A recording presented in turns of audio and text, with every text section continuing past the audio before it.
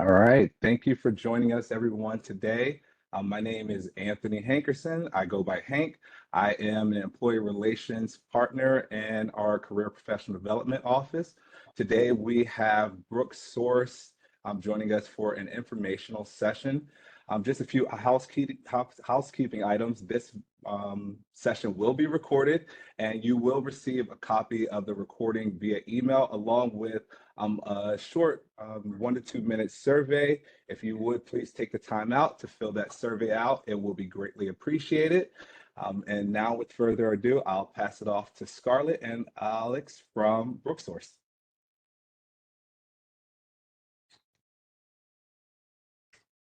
Scarlett's muted.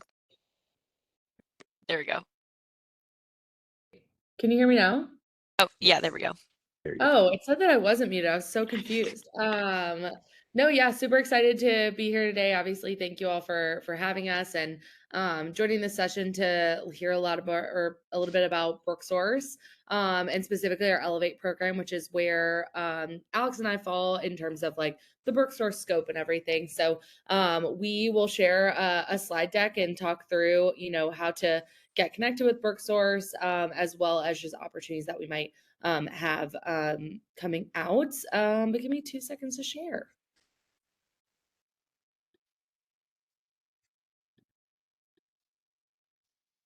Okay, let me know when you all are able to see that. Good. Perfect.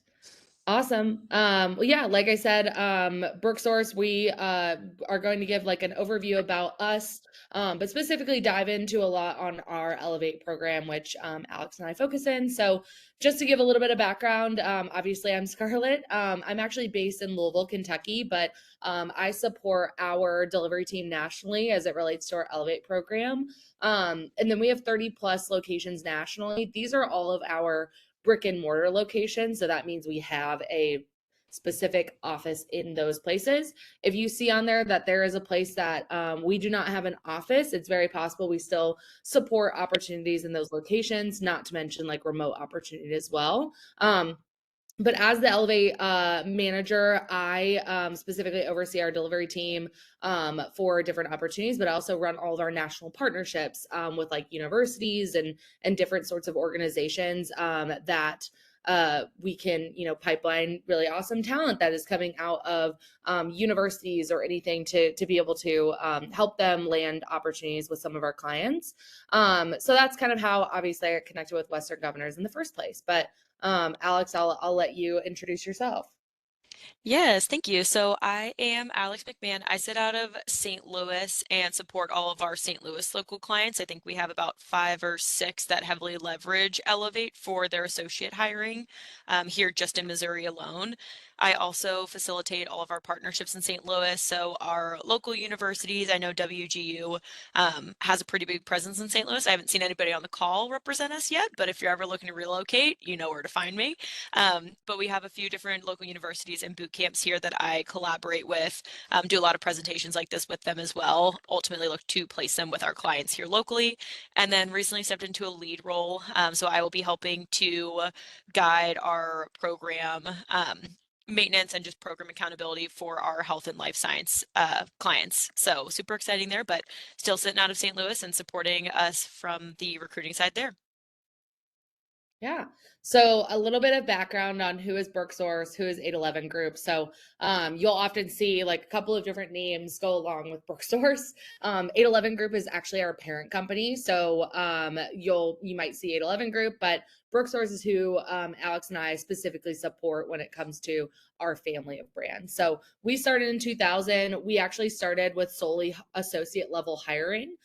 So very focused on folks that are coming out of education, out of boot camps, out of any of those to kind of break their way into the tech field. So over time, we have expanded obviously to a lot of things of staff augmentation and stuff with some of our clients too. But Elevate is where we've stayed focused and true to that like associate level opportunities to help people land, you know, their first or maybe second jobs in tech. So Brooksource, we're all IT hiring, so as well as engineering. So anything from, you know, from infrastructure to development to data, that's where we all fall in. Metasource is our healthcare IT and life sciences hiring. So they also might have opportunities from like software engineers to infrastructure, anything like that. But they're all in hospital or healthcare settings. But they also do things like epidemiologists and public health and nursing and stuff like that too. And then lastly is calculated hire, which is anything non-IT. So accounting, finance, sales, very business focused hiring. That's where calculated hire comes in. So Brooksource is our oldest section. We started in IT for the most part, or for the focus, and have recently expanded into more of the engineering space. So even electrical, civil, things like that too. Awesome. And diving a little bit more into contracting work and what that looks like. Also forgot to mention, I do have the chat pulled up too. So if anybody has any questions, feel free to throw them in. And if I see them, I'll get them answered throughout the call too. I know we're doing a Q&A at the end, but I will keep an eye out for those as well. But diving into contracting, so it's a little bit different than kind of going through a normal like HR department of a company. I personally had no idea what contracting work was until I started working at Brooksource. So just kind of covering what that looks like for you guys, just so you have a little, some tips and tricks and some idea of what it is once you start to partner with Brooksource. So essentially for contracting, you are an employee of Brooksource, but working for our clients. So usually our positions are a 6 to 12 month contract with that potential for full-time hire. So you will be essentially paid by Brooksource, but working full-time for a Humana, a Centene, an Express Scripts, Anheuser-Busch we hire for a lot here in St. Louis, Ford, American Airlines. I always like to say Lululemon's really fun as well. So we partner with Fortune 500 companies to essentially help them with their hiring strategies. And most of the roles, I think we go through them a little bit more in depth in a few later slides, but we mainly focus within that contract and contract to hire space. So you're on our W-2, but working full-time on their projects that you're tied to and hired for. You would go through our associate level hiring program called Elevate. That's Scarlett's and I's bread and butter. And then all Elevate consultants are eligible for that full-time conversion, and we do push for that at the end of that contract position. So essentially what that would look like is at the end of that 12 months, you would just roll off of our W-2 onto theirs as a full-time employee of that client that you've been working with for that past 6, 12 months.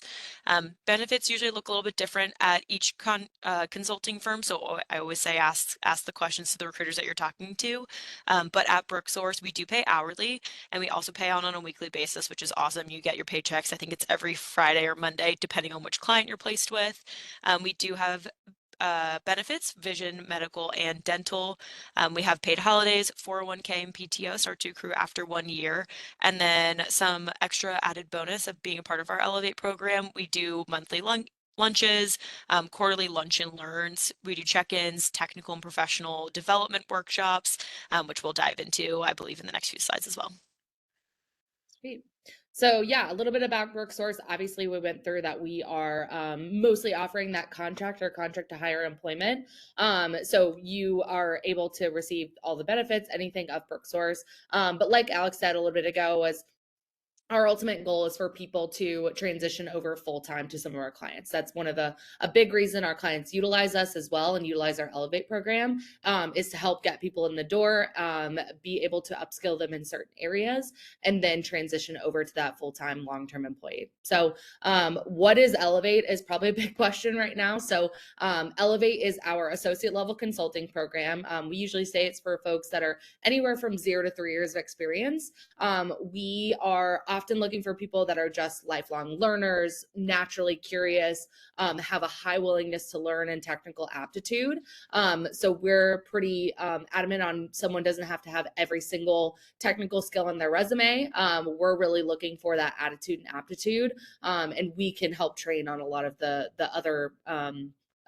other technical skills that might be needed. So we focus in like 4 strategic talent pools, which is kind of where we partner with so many different universities, veteran organizations, anything like that too. So emerging being, you know, folks like yourself coming out of universities, veterans as well. We actually have a Project Patriot program that is a little bit different from Elevate in terms of support, but folks that are transitioning out of the service and getting into the tech field or just transitioning into the civilian workforce. We are very purposeful within our community engagement. So working with lots of diversity, inclusion, underrepresented folks and organizations that are dedicated to those types of community engagement as well, and then reskilled professionals as well. So active professionals that might be in you know, a different area of tech and wanting to transition. I always give the example of like someone that might be a business analyst and wanted to get into project management, or someone that's in the IT infrastructure space and wants to transition into software development. So helping reskill those folks to make very impactful career transitions as they are wanting to make that switch. This Yeah, also so goes into Women's Elevate, but go ahead, Alex. yeah, I was gonna say diving a little bit deeper into it also, kind of like Scarlett mentioned earlier, a lot of our clients look to leverage this program to build out their future workforce. So they're looking to invest in these people long term, in these consultants long term, and they actually help us build out a lot of the training, the professional development that we'll be helping or putting you guys through if you do get a consulting position with us. So Elevated is a Brooksource specific program. Kind of like Scarlett mentioned, we partner with lifelong learners who are starting their IT careers within those enterprise level companies. So a lot of our conversations that we have prior to interviews and placements will be just to kind of understand what you're looking for, what you're looking to do, and also to kind of get a gauge on what clients you'd be best fit for. I always like to say it's so cliche, but I always like to call myself more of like a matchmaker than a recruiter. I'm not just going to throw you with the first position that opens if I don't think it's going to be a great long-term fit for you. So I always look to kind of have those conversations. That's just one perk of our Elevate program is the recruiters have a good grasp on the positions that they're recruiting for and the managers that they're working with. We can help with quite a few different things. We are completely free to work with. We are like free career coaches once we're helping you kind of get ramped up. We help with anything from resume reviews, interview skills, professional development. We also provide a lot of up-to-date market data. Market is a little funky right now. So that's been a big part of what I've been talking to students with is just kind of how to navigate it and kind of put your best foot forward when it comes to networking and getting yourself open to opportunities. One big thing that we do as well is interview prep. Especially when it comes to clients that we support, any position that Scarlett and I would send you over for that final round interview with that manager. I if you can't tell already, I'm very wordy of a person, so I'll usually send over a pretty in-depth interview prep guide that'll go through questions, the managers, their LinkedIn profiles, who the company is, what the business objective is. So we usually go through all of that interview prep with you just to kind of help you be as prepared as you can because we all know the first few interviews are always the most stressful. So we like to kind of help make sure that you guys are set up for success there. And then obviously, once the job offer is extended, that's when that Elevate program would go into full force. So it's once you accept an offer and walk in the door, day one, you become an Elevate consultant. And that's when you would gain that access to all of the additional technical training. A lot of times we have certification training tied into that technical scope. So we'll look to pay for you guys to get any sort of certification needed or required by that manager that you're hired for. And then professional development as well. We actually again, it's in a future slide, but we took that off of what we do internally at 811 for all of our new hires as well, since most of them are college graduates. We put together some tasks just to kind of help these individuals grow professionally over that 6 to 12 month contract. And then we do monthly check-ins just to make sure that that technical training, professional development, and everything is being kept up to date as well. Yeah. I especially want to mention too, like obviously helping with resumes, interview skills, any of that, reiterating that it's totally free to work with us and get connected with a recruiter on and a program coordinator on our teams. Like mentioned, we have 30 plus locations nationally. We have I think we have 19 current program coordinators across the country with goals to get people expand our team that are much more focused into the Elevate hiring. We've actually have like Elevate certified recruiters across the country as well. So people that are trained in this program, trained to, help you all prepare for the job search and potentially land opportunities with us as well. So kind of a how to work with us. And at the very end, we will have like a contact us form and the best way to actually get connected. But step one is to contact a program coordinator and schedule a meeting. So if there is one in your local area, amazing. Very easy to get you connected with that point person. If there isn't one directly in your area, you might be able to connect with another recruiter or still connect you with a program coordinator that might be closest to you. Step two is an interview with the program coordinator. A lot of times our process is to have a phone call first and then have a virtual video interview. Really during this time, be able to do some of that resume review critique, learn about yourself, learn what technical skills you have, what you're hoping to learn and what you're passionate about in the tech field.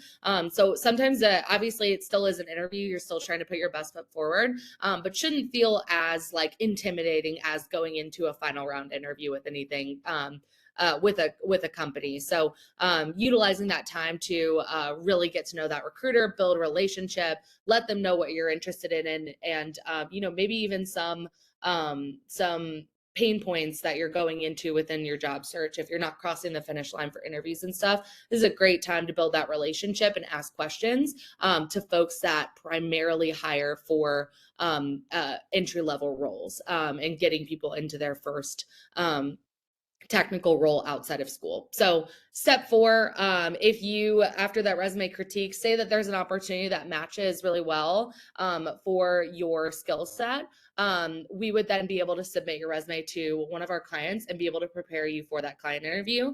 Like Alex said, we are very diligent with that. We want you all to succeed when you're interviewing with our clients, obviously. A lot of times when we have opportunities open, we're only submitting 2 to 3 folks per position in order to interview for it. So kind of a smaller talent pool that you're, going into final interviews with that client. So we definitely want to make sure that people are very prepped, very ready to go, that it's the right opportunity for them. Step 5 is that job offer. And then after that starts that professional training and onboarding, like Alex said, when the full scope of the Elevate program goes into place. So we start that customized technical training, the professional accelerator, and our professional development program that we're about to get into even more. Cool. So this is what I was mentioning earlier. I never know the correct way to phrase it. I always just call it like a widget board. So it's our 6 core values, and then essentially there's 6 widgets within each core value that we look for our consultants to check off during their time on contract with us. They're kind of hard to read, but some I always like to highlight is like identify a mentor, reach out to like a senior level manager outside of your direct organization, ask a senior representative to go get coffee. So it's just a little, it's a guide to push yourself out of your comfort zone within that first 6 to 12 months to help you get fully ingrained within the culture of the team that you're joining. And we actually will keep track of these as well as program coordinators. During our monthly touch points, we usually run through which ones you've checked off so far, what you did to check them off, any that you need help with, any that you need like help brainstorming or coming up with unique ideas for. Some of them, depending if you're remote or in person, some of them are a little bit harder to check off remote. So a lot of times we'll work with the program coordinator to see what we can do for a remote position to still get you as ingrained into that company as you can. This is a great way, one, to just push yourself out of your comfort zone, get that networking ability there, just kind of spread your name, spread your word. But it also is a great time just to make sure that the company that you're placed with is a great long-term fit for you and just get that buy-in both from the client to yourself, but also from yourself to that client that you're placed with of ours. Totally. And we totally recognize there's a huge culture shift when you go from education to the workforce, or even from the military or the service to the civilian workforce as well. So one of the biggest things that this can do is give you some of that, like almost, you don't have a syllabus anymore. You don't have grades anymore. You don't have maybe chain of command anymore. Being able to identify specific things to check off through your, contract period through the Elevate program to just make sure that you're set up for success. Because sometimes it can be an interesting culture shift into that, into the just workforce in general. But how we kind of track some of that. So we actually have a mobile application that some of our programs use. Some of the programs do not use this, but we still, like Alex said, track the accomplishments as people are going through the professional accelerator to be able to celebrate some of those as well. So as people go through this, almost gamifying it in a way and being able to check off some of these opportunities and being able to celebrate when people complete specific core values along the professional accelerator. And diving a little bit deeper into our technical training, I won't go too crazy in depth on this one, but we always like to say we're IT agnostic when it comes to the hiring that we do. So we hire everywhere from software development positions to cloud engineer positions to IT help desk support, machine learning, data analytics. So this is just a quick snippet of what one of our learning journeys looks like, and our capabilities under what like a machine learning I guess curriculum breakdown could be. We put these together just because we understand that university curriculum, it is a little bit harder to keep up with the changing trends in the industry. So the technical training that we provide to you guys isn't to learn usually not net new skills, but just to build off the skills that you're coming out of college with. I know a lot of times at WG, I know I've been talking about some cloud focused classes. I think AWS is part of the curriculum. So this will just help build off of that cloud fundamentals that you're getting in school if you are placed in like a cloud engineer focused position. We use a specific learning management system platform where we can actually track and help test you guys in skill IQ assessments. So we'll usually do on the day one that you walk in on any specific skill that we're looking to help upskill you in. And then we'll usually track it again in 3 months and 6 months just to make sure that you guys are growing in the right direction. But kind of like I say, we're IT agnostic, so we can help train on essentially any gap that our client is facing. I always like to say as well, if you're on the job, there's a technology that you didn't know you'd be able to utilize, we most likely have training for it. So we can always go in and just like customize it based off of what you're doing on a day-to-day basis to make sure that you're as successful as you can be once you're placed and walked in the door. Um, and then really quick too, a question I saw in the chat to kind of go off of that as well. David asked if there was any instructional designer positions open. So each client and each market that we sit out of all hire for some different positions. So in St. Louis, I know we don't have an instructional designer position open, but we could have one out of like Detroit or Milwaukee. We'll go back a little bit later at the end and tell you guys how to apply and reach out to us. Feel free to put like what jobs you're interested in. If there is a job posted on LinkedIn, feel free to kind of copy and paste that job link in there as well. Just because instructional designer could be a big need out east, but in the Midwest, we're looking more so for like data focused roles. So they could be a little bit different, but kind of like I mentioned, we're IT agnostic, so kind of go all over the board there. And then Scarlett, too, not sure if there's anything additional that you wanted to add, but there was also a question to see if there's any leadership opportunities via Elevate, which I felt kind of went hand in hand with this technical training.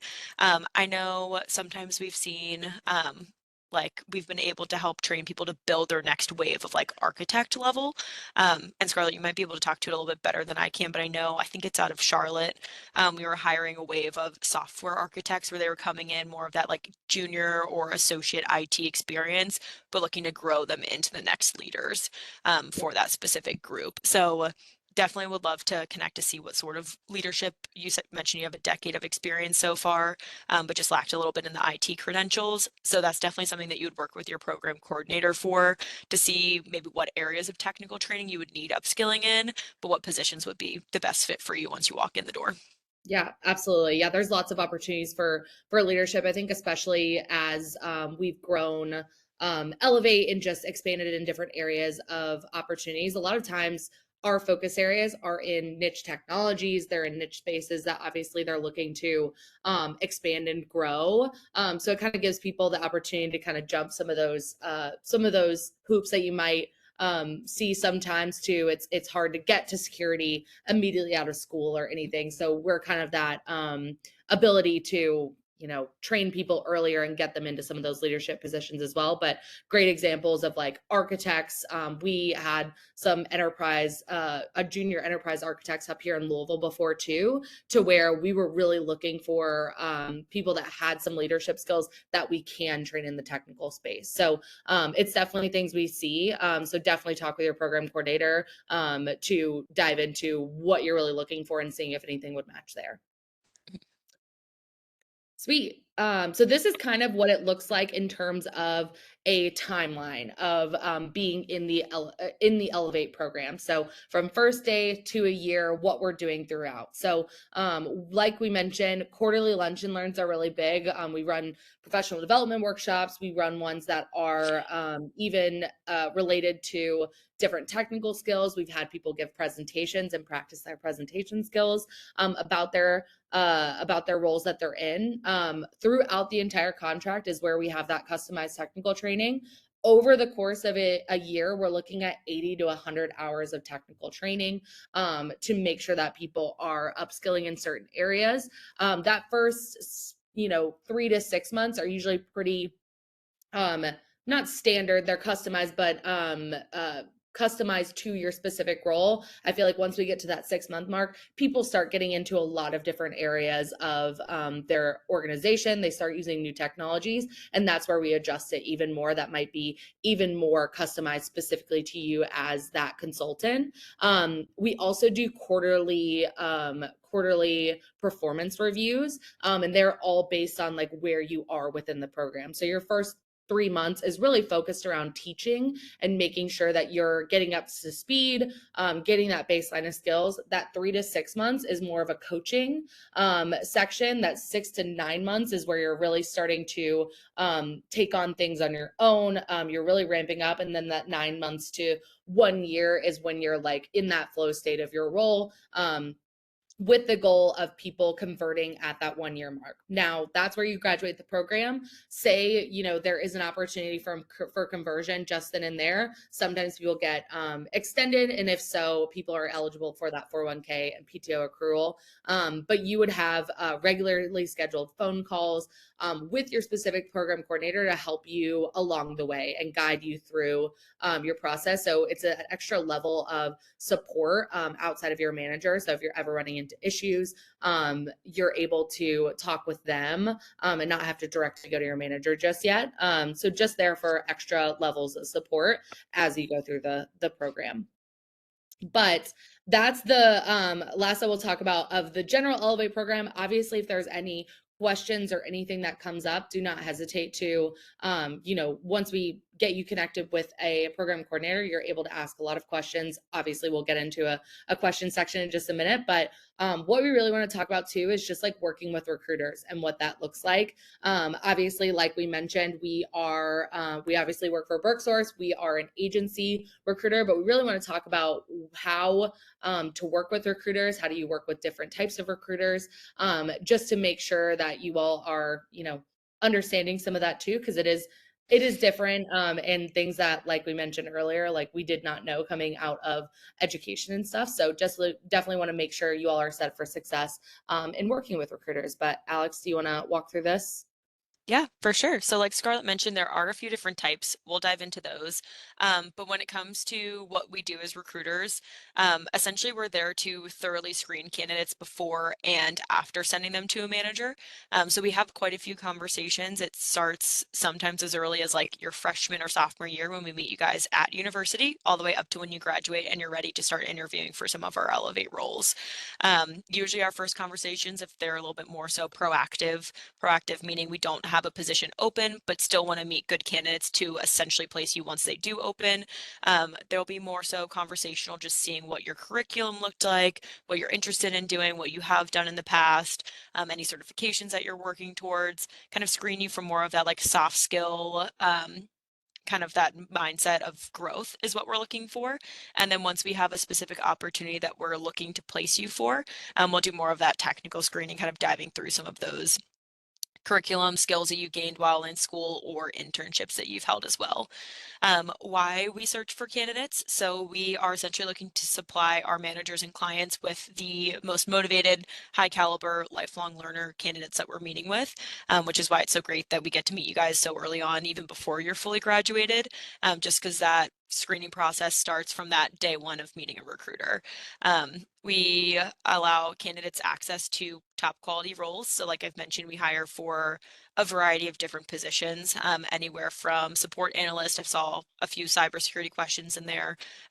We hire for support analyst, cybersecurity, cloud engineer, and then we also have our sister companies that do kind of everything else. So whatever you guys are looking to get involved in, or if you're open to a few different possibilities, we have access to more than one role, which is great.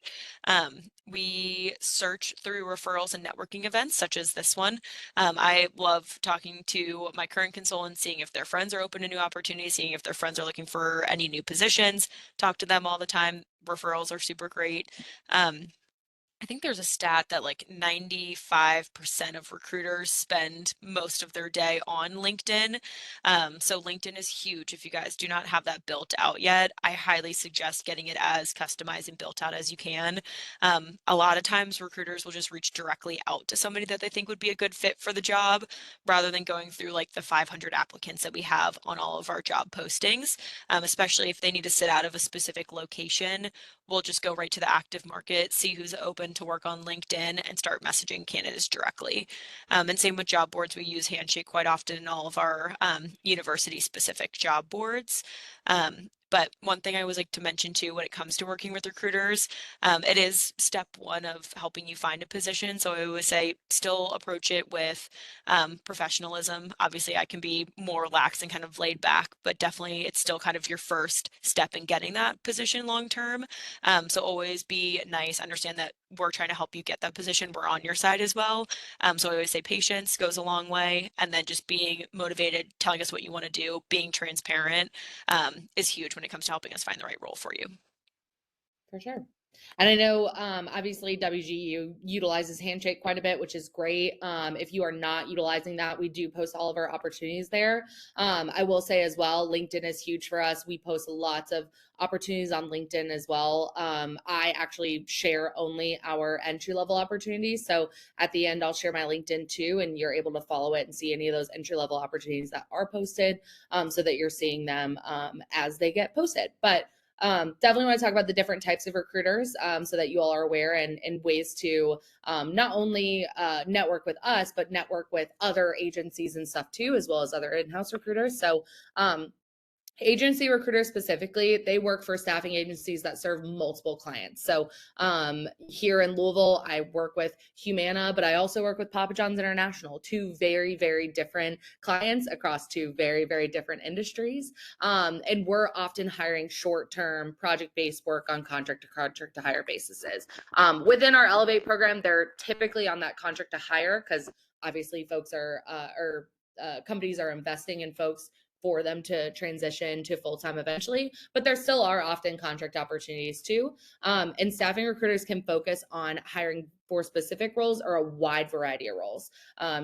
Someone could be on a software development role today and on a help desk role in the next day. So I always like to mention that, especially if you're someone that is transitioning from a specific previous tech adjacent skill set. If you're getting reached out to on LinkedIn about opportunities that you're like, this one doesn't really match what I'm looking for, I'm not going to reply. Best bet is to reply to that recruiter, especially if they're IT focused, and say, hey, I'm not looking for a help desk role at this time. I'm actually looking to transition into software development or whatever that might be, so that you can still build that network with folks to say, they know that they're looking for you're looking for a software engineering role. So if they get put on or assigned to one the next day, they're they'll immediately think, oh, I remember so-and-so was looking for a software development. I'm going to reach out to them. And then I always want to mention agency recruiters typically work on commission. That's a lot of times why you see agency recruiters moving really, really quickly, that they'll message you in the morning and say, can you get on a call this afternoon? Because they are just like very deadline driven, moving very quickly. A lot of times the opportunities are moving very quickly too. So that's one of the reasons you might see that more often with those agency recruiters. In-house recruiters, on the other hand, they cover the internal hiring needs of a singular company. So I'm using Humana as example again. They have their own internal hiring folks that might recruit on a multitude of skill sets across, but they're oftentimes hiring for that specific company's like internal culture fit and industry fit. So you might have a little bit more insight to those things that an agency recruiter might not when you are interviewing with an in-house recruiter, that you can ask the questions about the culture even more so, because they'll know the entire company specific internal culture compared to the agency recruiter might know the culture of just that specific team within that company. They're also looking for industry fits. So obviously if you're, have a healthcare experience background and you're applying for a healthcare company, they often look for that a lot of times. They're often hiring permanent staff and have expertise hiring in specific roles for one specific client. It's possible that they might have a technical hiring team within their specific company. Kind of just depends on the size of the company there, of what types of opportunities they see, but they're typically salary based as well. So oftentimes you might see that as a slightly slower process because they're interviewing a lot more people compared to the agency recruiters are working at a much faster pace. And the interview process is a little bit different. So now we'll get into how does applying differ between the two. But Alex, you can take that away. Yeah, sounds great. Well, kind of like I mentioned, so, or like Scarlett was mentioning, agency recruiters and in-house recruiters are definitely different when it comes to that sourcing part of it. So agency recruiters, they typically, well, a lot of cases for myself, I typically find the person that I'm reaching out to, or you can apply to their jobs directly through, I know Brooksource, we have like brooksource.com/jobs that we post some of our things on, LinkedIn as well. But a lot of times agency recruiters, since they're moving pretty quickly, they'll go onto the active market, they'll see who's open to work, they'll shoot a direct message out. Or if your cell phone number's on your LinkedIn, sometimes they'll just give you a direct call. We usually have 1 to 2 rounds internally at Brooksource. So I'll usually have an initial phone call and then an initial virtual screening just to put face to face, make sure I kind of get a good feel for your personality a little bit better. And then we usually submit our top candidates to the role. So we'll usually submit our top 2 candidates per one opening. That looks a little bit different than in-house recruiters, where they might more so just have like a rolling basis until the manager thinks they found the right fit, or until they just kind of get a good bucket of candidates in. And then typically there is only 1 round interview with our client before an offer is extended. That's just more so since we have relationships with all of our managers that we work with. We usually make sure we let them know that we have met with you. We say 1 to 2 times, but in between me texting people and trying to get them set up for interview preps and everything, I feel like it usually averages out to like 3 to 5 times that we're having a conversation before you would even talk to our client. So that's how we usually can get away with that 1 round interview before offers are extended. And then just kind of like Scarlett was mentioning as well, we have a wider access of job opportunities as well. So like she said, if the specific role we reach out to you isn't a great fit, I might be working on, like Scarlett said, a help desk role today, but 2 other recruiters may be working on software development roles. And if you say like, not interested in help desk, interested in software development, I can easily just shoot your resume over to them, or put you in contact with the right person, since we have usually that wide range and kind of that wide scope of opportunity and industry specific. We have that more personalized job search. So since we're doing that 1 to 2 rounds of interviews, usually by the second or third time I talk to somebody, if I don't think they're a great fit, I'll let them know like, hey, for this specific team, I don't know if right now would be the best time to move forward with your profile, but I definitely still want to keep you in mind for other positions that I know might be coming down our pipeline in the next week or so. And two, if you're like, I really don't want to get into telecom, I really want to go into health care or health insurance, I can always wait to see positions that open up in that specific industry that you're looking for too. Feedback and coaching that kind of goes into it as well. Agency recruiters, we definitely like to connect. We definitely like to be transparent. A lot of times for interview preps that I'm doing with my future consultants is I'll help them either do different role plays. If I notice anything in our interview that I know can be tweaked, I know a lot of times like people will click their pens if they're nervous or like move around a ton. I'll let them know just like feedback wise, like let's try practicing some role plays where you're not clicking your pen, or maybe we can like change to like twisting. So just little things like that too, where we'll help you kind of get situated and on track for that next round interview too. Um, and then for in-house recruiters, kind of how they apply and how that looks a little bit different is you would usually submit your application to their specific career page.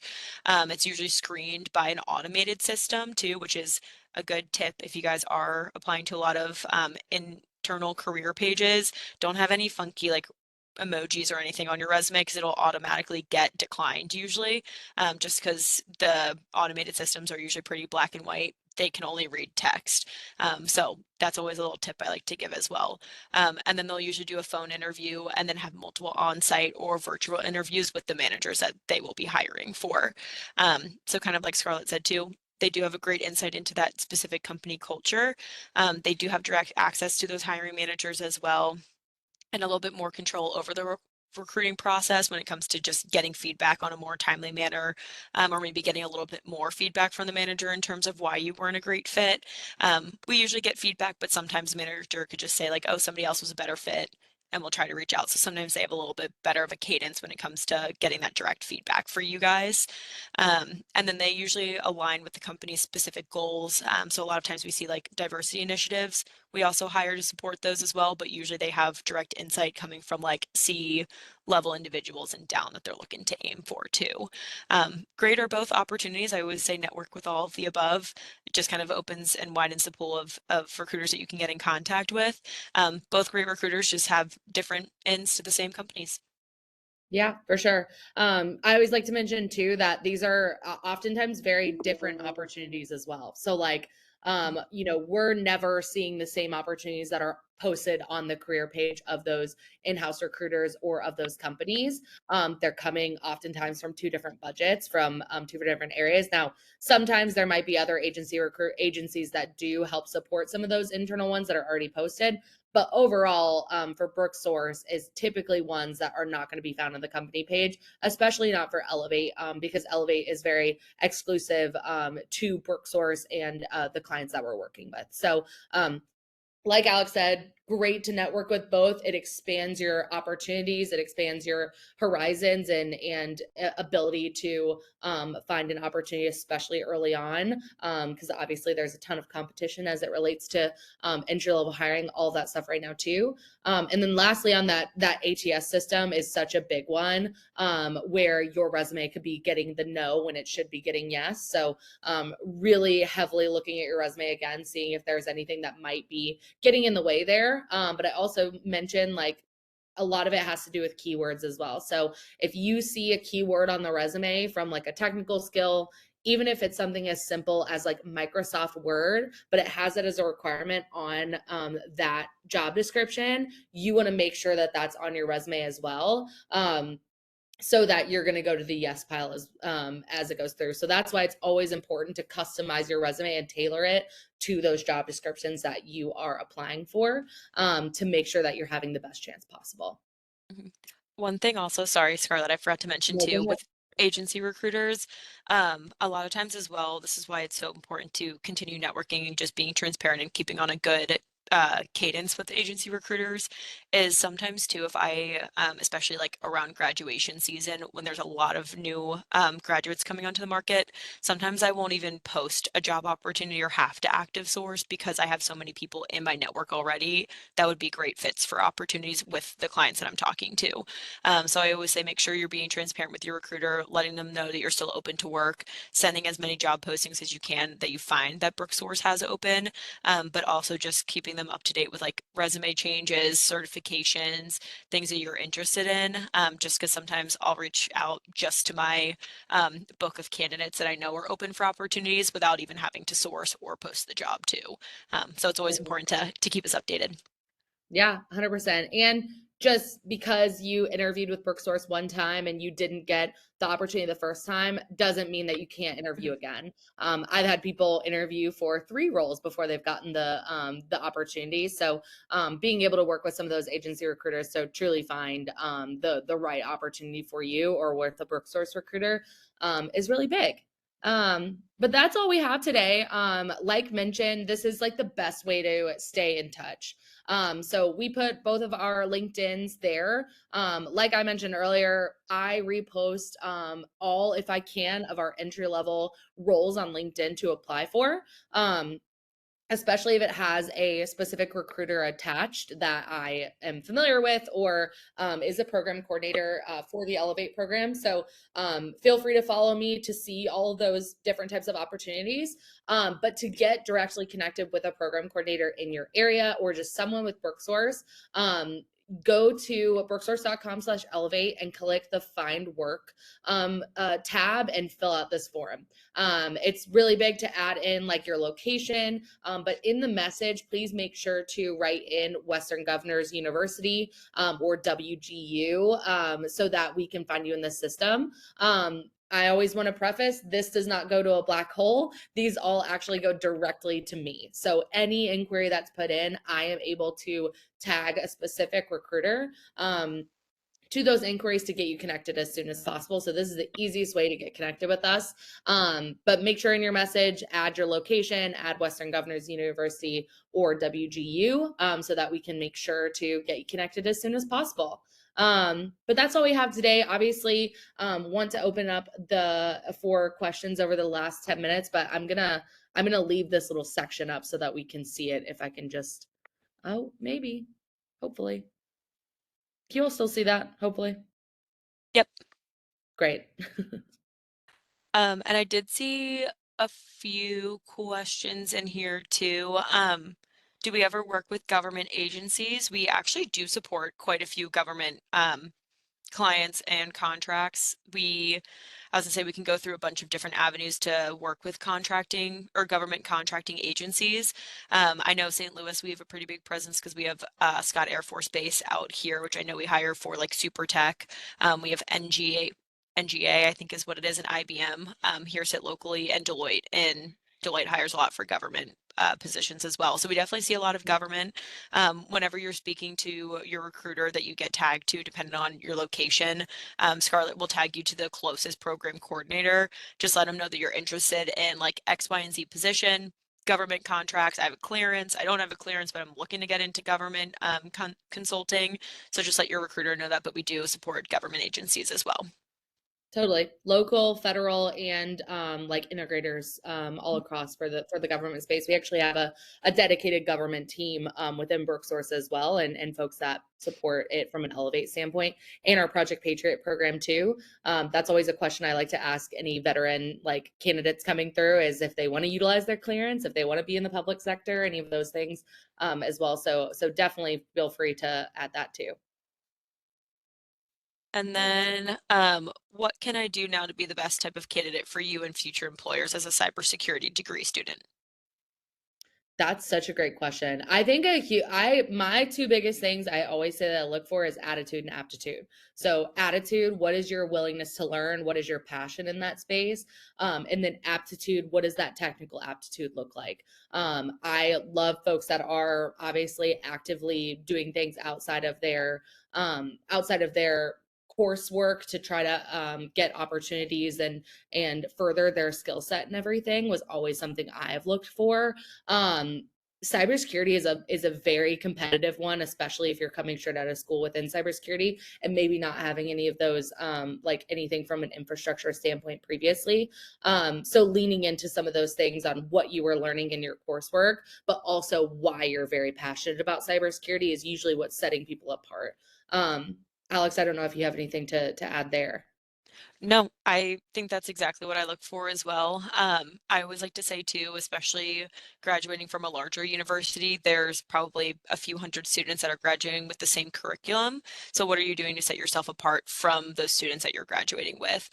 So I always love, sometimes I'll go to like senior portfolio fairs and I'll just kind of jump from like same project to same project. But if I talk to somebody that's like, I did the senior project, but I've been working on on this one on my own time. It's a little bit different. I'm really passionate about it. That is the type of profile that stands out to me. And I'm like, okay, they're going to do more than just their like daily checklist at the job that I place them at. They're going to want to work towards the training that we're providing to them. They're going to work towards those certifications. So I totally agree. I feel like that's probably the biggest one. I also know certifications can sometimes get a little expensive. So if you're not looking to build up your resume with a ton of certifications, just doing personal projects is just as important. And you can add those onto your LinkedIn as well to show recruiters that you've been doing stuff on your personal time outside of school hours as well.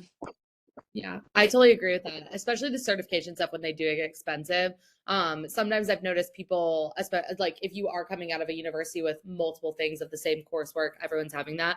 That's why it's super important to have the coursework on your resume of like not just, Bachelor of Science in cybersecurity, but all the coursework underneath, I think is really important because a recruiter might see that and see a course that relates directly to their opportunities.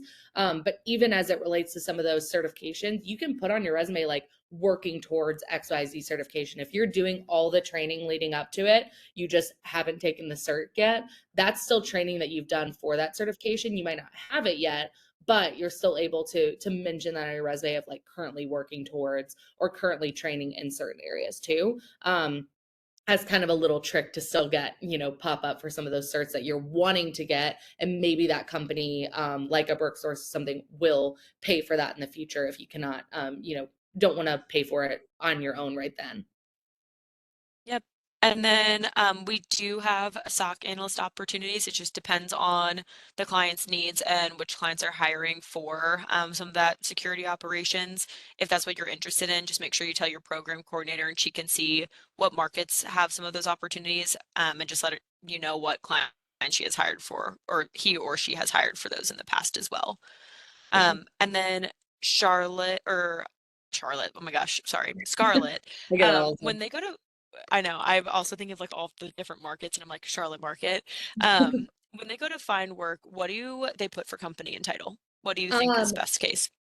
I've seen people do a couple different things. You can just put WGU or Western Governors on there. That'll also make it so that I can search within our system and be able to find it. For title, I would put, if you're a cybersecurity student, or if you're in a current role that is tech adjacent or in the tech field, feel free to put that title as well. But easiest would be, Western Governors University would be great.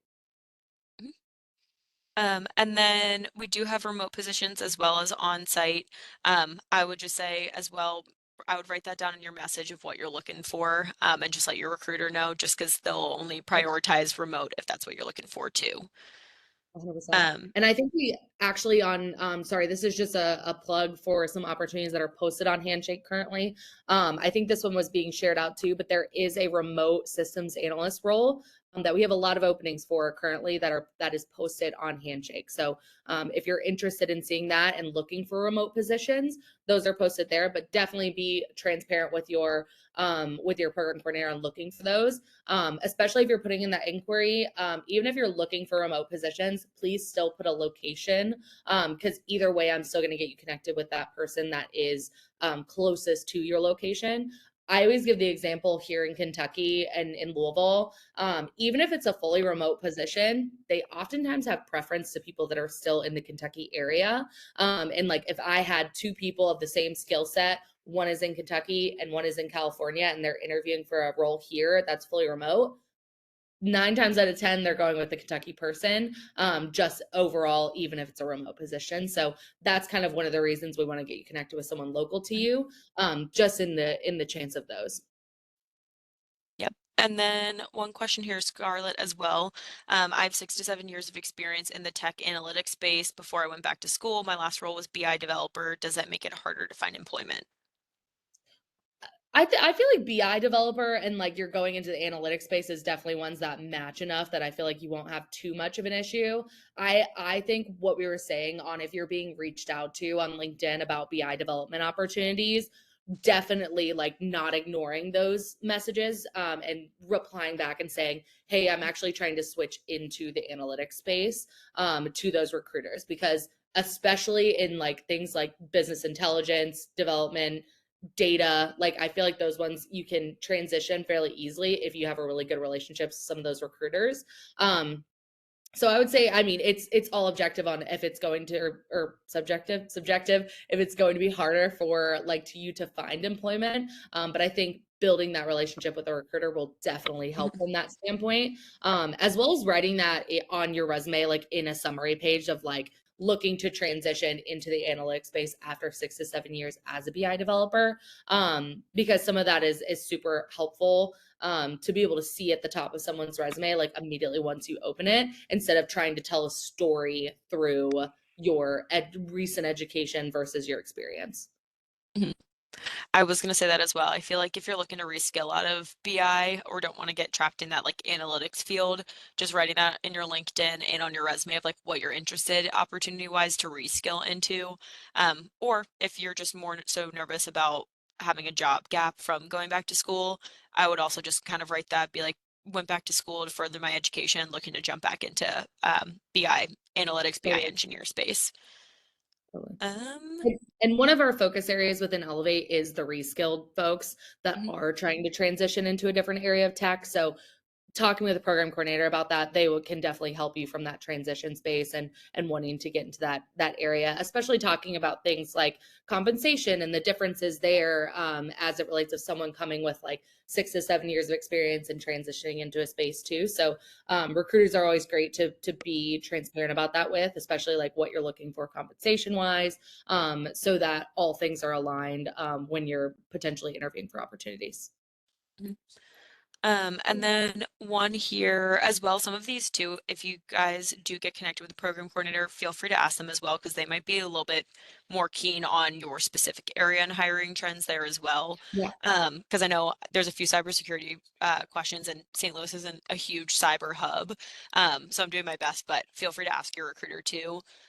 Scarlett, there's one in here that said, what would be the best opportunity for someone who has 7 years in IT, 3 years in cybersecurity, and a bachelor's degree in cyber? Plenty of Nice. certifications, but still struggling to get the opportunity to work in the cyber field. Yeah, for sure. We can still connect you with the program coordinator. I will say we also have opportunities elsewhere, like outside of our Elevate program that are, higher level opportunities like mid to senior level as well. That's a huge chunk of our business.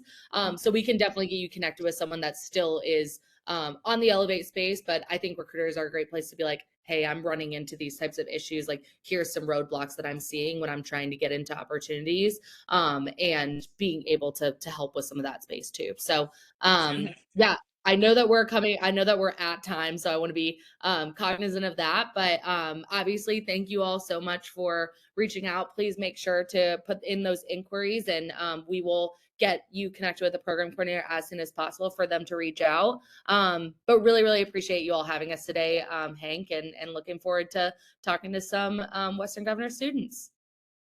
Yes, thank you again, Alex and Scarlett, for joining us today. I will be sending this recording out via email, so you should receive it here in the next day or two. Please take the time out to fill out the survey. We will greatly appreciate that. And thank you again, Scarlett and Alex, and have a great day, everyone. Yeah, thanks. See y'all. Thank you guys.